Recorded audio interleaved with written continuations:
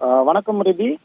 திருவள்ளூர் மாவட்டத்தில் சென்னை கொல்கத்தா தேசிய நெடுஞ்சாலையுடன் ஆந்திர மாநிலத்தை இணைக்கக்கூடிய கவரைப்பேட்டை சத்தியவேடு நெடுஞ்சாலையும் இணைக்கும் வகையில் போக்குவரத்து நெரிசலை தவிர்க்கும் வகையில் கவரப்பேட்டை பகுதியில் பார்த்தோம்னா அந்த நெடுஞ்சாலையில் ஒரு பிரதான உயர்மட்ட மேம்பாலம் அமைக்கும் பணி பல மாதங்களாக ஆமை வேகத்தில் நடைபெற்று வருகிறது.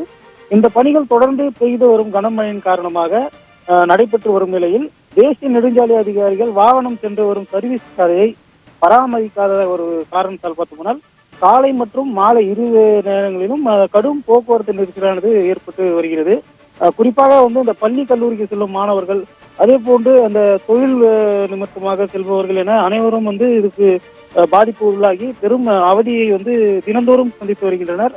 குறிப்பாக பார்க்க போனோம்னால் அந்த கும்மிடிப்பூண்டி சுற்று வட்டார பகுதிகளில் இருந்து அவசர சிகிச்சைக்காக சென்னை திருவள்ளூர் அரசு மருத்துவக் கல்லூரி மருத்துவமனை உள்ளிட்ட மருத்துவமனைக்கு செல்லும் அந்த வாகனங்கள், ஆம்புலன்ஸ் வாகனங்கள் கூட இந்த நெரிசலில் சிக்கி பெரும் இன்னலுக்கு ஆளாகி வருகிறது.